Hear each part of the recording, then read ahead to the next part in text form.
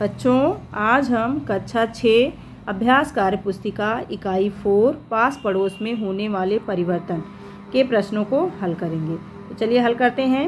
निम्नलिखित प्रश्नों के सही विकल्प छांटिए। निम्नलिखित में कौन सा परिवर्तन नियमित परिवर्तन है? वर्षा का होना, तूफान का आना, भूकंप का आना, दिन और रात का होना। कौन सा ऑप्शन सही है बच्चों? चौथा ऑप्शन सही है। दिन और रात का होना कौन सा परिवर्तन है? नियमित परिवर्तन है। तूफान का आना, वर्षा का होना, भूकंप का आना ये अनियमित परिवर्तन है। तीव्र गति से होने वाला परिवर्तन है दूध से दही बनना, गुब्बारे का फूटना, लोहे में जंग लगना, पेड़ पर आम का पकना।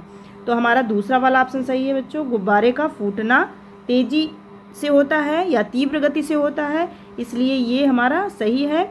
और दूध से दही बनना, लोहे में जंग लगना, पेड़ पर आम का पकना ये परिवर्तन धीरे धीरे होता है, इसलिए इसे हम मंद परिवर्तन कहते हैं। निम्नलिखित में कौन सा रासायनिक परिवर्तन है? मोमबत्ती का जलना, नमक का जल में घुलना, मोम का पिघलना, बर्फ का पिघलना। तो रासायनिक परिवर्तन मोमबत्ती का जलना है, क्योंकि मोमबत्ती जब जल जाएगी तो पुनः हम इसकी पूर्व अवस्था को प्राप्त नहीं कर सकते हैं, इसलिए हमारा क्या है? मोमबत्ती का जलना रासायनिक परिवर्तन है।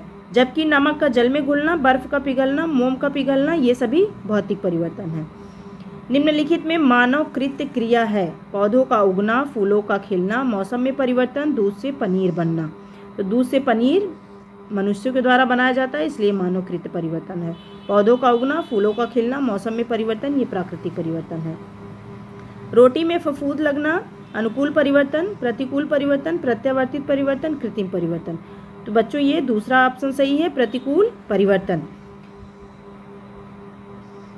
क्योंकि रोटी में जब फफूंद लग जाती है तो हमारे लिए अनुपयोगी हो जाती है, लाभदायक नहीं रह जाती है, खाने योग्य नहीं रह जाती है, इसलिए ये प्रतिकूल परिवर्तन है। रिक्त स्थानों की पूर्ति कीजिए। लकड़ी के जलने से राख का बनना डैश परिवर्तन है। क्या भरा जाएगा बच्चों? रासायनिक। सोलर कुकर में डैश का उपयोग होता है। क्या भरा जाएगा बच्चों? सौर ऊर्जा। मनुष्य द्वारा किए गए परिवर्तन डैश परिवर्तन है। क्या भरा जाएगा बच्चों? कृत्रिम परिवर्तन।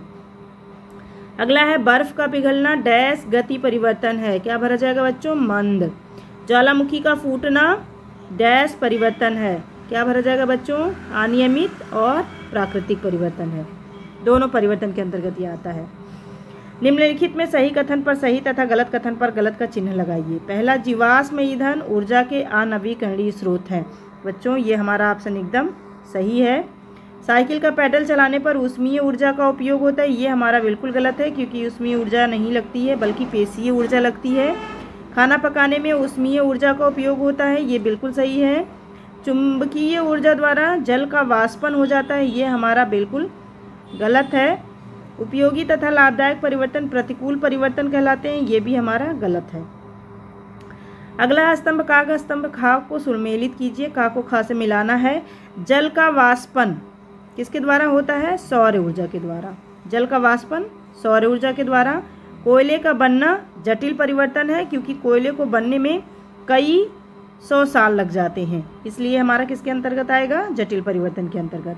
चुंबक द्वारा लोहे की वस्तु को उठाना, चुंबकीय ऊर्जा के द्वारा हम लोहे की वस्तु को चुंबक के द्वारा उठाते हैं। ज्वार भाटा का आना प्राकृतिक परिवर्तन है। आम का पकना अनुकूल परिवर्तन है। अगला, निम्नलिखित में जो बेमेल है उसे छांट कर लिखिए। पेट्रोल, डीजल, कोयला, लकड़ी। तो हमारा सबसे अलग क्या है? लकड़ी, क्योंकि पेट्रोल, डीजल और कोयला इनको बनने में बहुत समय लगता है, और लकड़ी जो हमारी है ये सबसे अलग है, इसलिए ये हमारी अलग कर लेंगे हम इसको। आम का पकना, दूध का फटना, दूध से दही बनना, केले का पकना। तो इसमें हमारा बच्चों दूध का फटना सबसे अलग है ना। आम का पकना, दूध से दही बनना, केले का पकना ये हमारे लिए सब उपयोगी होते हैं, ये इसलिए अनुकूल परिवर्तन हो जाएंगे, और दूध का फटना हमारे लिए उपयोगी नहीं होता है, इसलिए ये हमारा प्रतिकूल परिवर्तन हो जाएगा। अगला है ऋतुओं का बदलना, वर्षा का होना, आंधी का आना, बर्फ़ का पिघलना। तो बर्फ़ का पिघलना सबसे अलग है ना। ऋतुओं को बदलना, वर्षा का होना, आंधी का आना ये सभी अनियमित परिवर्तन है, ये किसी भी समय हो सकते हैं, है ना। बर्फ़ का पिघलना इसमें सबसे अलग है। इसके बाद है बर्फ़ का पिघलना, माचिस का जलना, लोहे में जंग लगना, बच्चों का बढ़ना। तो माचिस का जलना ये सबसे अलग है, क्योंकि माचिस का जलना तीव्र परिवर्तन के अंतर्गत आता है, जबकि बर्फ़ का पिघलना, लोहे में जंग लगना, बच्चों का बढ़ना ये मंद परिवर्तन के अंतर्गत आता है। नियंत्रित परिवर्तन, प्राकृतिक परिवर्तन, सूखा पड़ना, भूकंप का आना। तो इसमें सबसे अलग जो हमारा है वो है नियंत्रित परिवर्तन। प्राकृतिक परिवर्तन, सूखा पड़ना, भूकंप का आना, ये सभी प्राकृतिक परिवर्तन के अंतर्गत ही आते हैं। अगला हमारा है निम्नलिखित प्रश्नों के उत्तर एक शब्द में दीजिए। कोयला किस प्रकार का ईंधन है? कोयला एक प्रकार का जीवाश्म ईंधन होता है बच्चों। परिवर्तन का कारण, हटाने पर पुनः मूल पदार्थ का प्राप्त होना किस प्रकार का परिवर्तन है? प्रत्यावर्तित परिवर्तन। जैसे आप रबर बैंड को खींचते हो, खींच के छोड़ देते हो तो वो पुनः अपने अवस्था को में आ जाता है, इसलिए ये प्रत्यावर्तित परिवर्तन है। बिजली के पंखे की गति को तेज या धीमा करना किस प्रकार का परिवर्तन है? नियंत्रित परिवर्तन, क्योंकि हम इसको अपनी इच्छा के अनुसार तेज कर सकते हैं और धीमा कर सकते हैं, इसलिए कौन सा परिवर्तन हो जाएगा बच्चों? नियंत्रित परिवर्तन। अगला है उपयोगी तथा नियंत्रित परिवर्तन में जिस पर हमारा अपना नियंत्रण होता है ना। जैसे हम लालटेन भी होता है, उसकी भी बत्ती को धीमा कर सकते हैं, तेज कर सकते हैं, है ना। इसके बाद आता है हमारा उपयोगी तथा लाभदायक परिवर्तन किस परिवर्तन के नाम से जाने जाते हैं? अनुकूल परिवर्तन के। किसके? अनुकूल परिवर्तन के।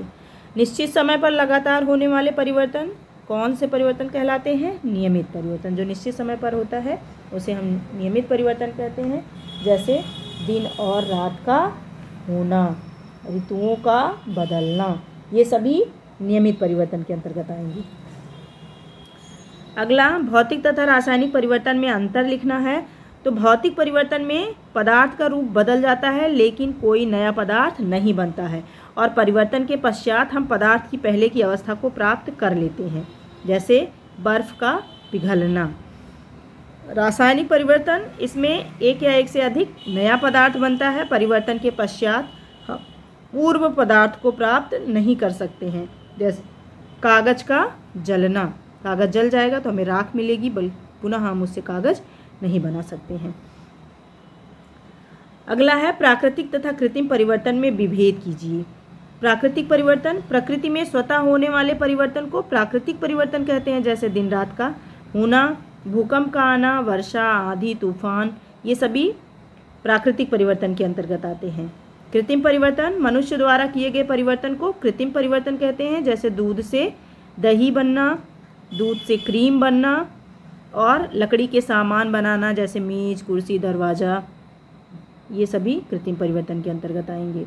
अनुकूल तथा प्रतिकूल परिवर्तन के दो दो उदाहरण दीजिए। अनुकूल परिवर्तन जो हमारे लिए उपयोगी हो, लाभदायक हो, अनुकूल परिवर्तन कहलाता है, जैसे आम का पकना, दूध से दही बनना।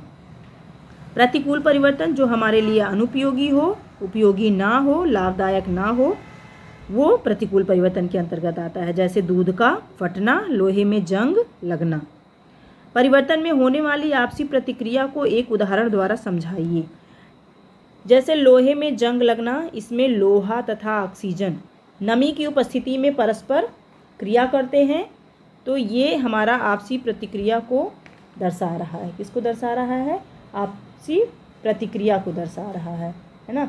ऐसे ही जैसे हम ब्लेड से पेंसिल को छीलते हैं तो ब्लेड की धार क्या हो जाती है? कम हो जाती है। इस परिवर्तन में ब्लेड ने पेंसिल को छील करके उसमें कुछ परिवर्तन किया, साथ ही साथ ब्लेड की धार भी कुंद हो गई, है ना। तो एक दूसरे के संपर्क के द्वारा ही हो पाया है, तो इसीलिए इसे हम क्रिया तथा प्रतिक्रिया का भी उदाहरण कहते हैं, है ना। अगला है परिवर्तन के लिए ऊर्जा की आवश्यकता पर प्रकाश डालिए। इसमें जैसे हम साइकिल चलाते हैं, साइकिल का पैडल चलाने पर यांत्रिक ऊर्जा के उपयोग से साइकिल गतिमान हो जाती है। इस क्रिया में हमारी जो पेशीय ऊर्जा है वो यांत्रिक ऊर्जा में परिवर्तित हो जाती है ना। अगला है मंद तथा तीव्र परिवर्तन को मिलाना है। तो बर्फ़ का पिघलना कौन सा परिवर्तन होगा बच्चों? मंद परिवर्तन। बर्फ़ धीरे धीरे पिघलती है, इसलिए कौन सा परिवर्तन होगा? मंद परिवर्तन।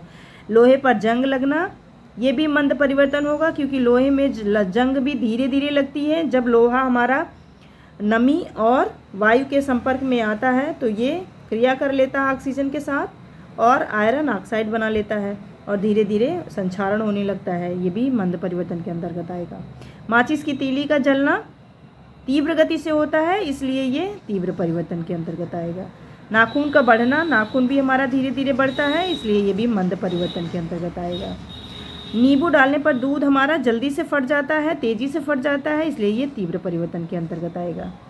अगला, अनुकूल तथा प्रतिकूल परिवर्तन को छांट कर लिखिए। खाना पकना हमारे लिए लाभदायक होता है, इसलिए अनुकूल परिवर्तन है।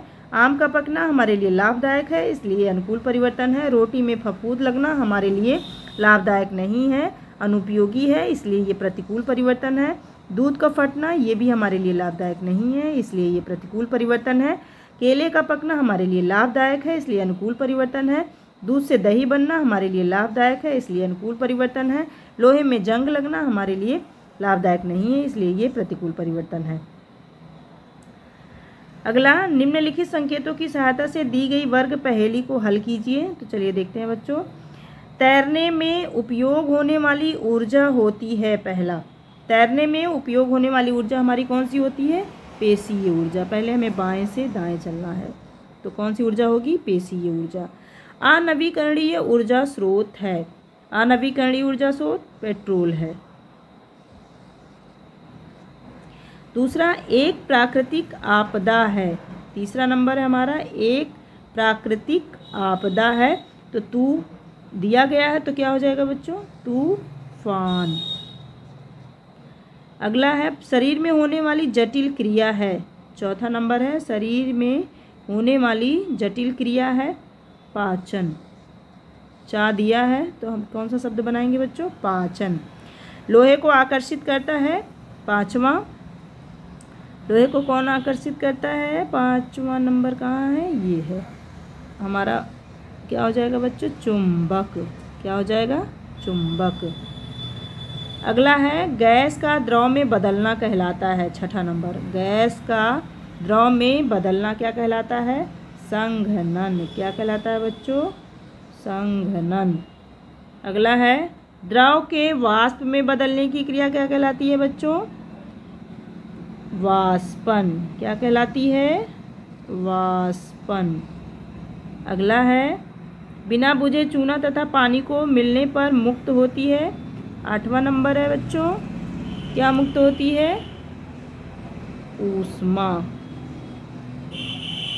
अगला है बच्चों, कोयले के बनने की प्रक्रिया है।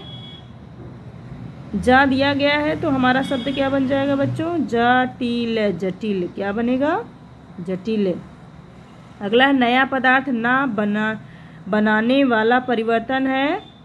नया पदार्थ किस में नहीं बनता है बच्चों? भौतिक परिवर्तन में। तो हमारा क्या हो जाएगा? ये भौतिक परिवर्तन। इस तरह से हमने आज के इस चैप्टर के क्वेश्चन को कंप्लीट किया। अगर वीडियो आपको अच्छी लगती है तो लाइक कीजिए, शेयर कीजिए, सब्सक्राइब कीजिए। धन्यवाद।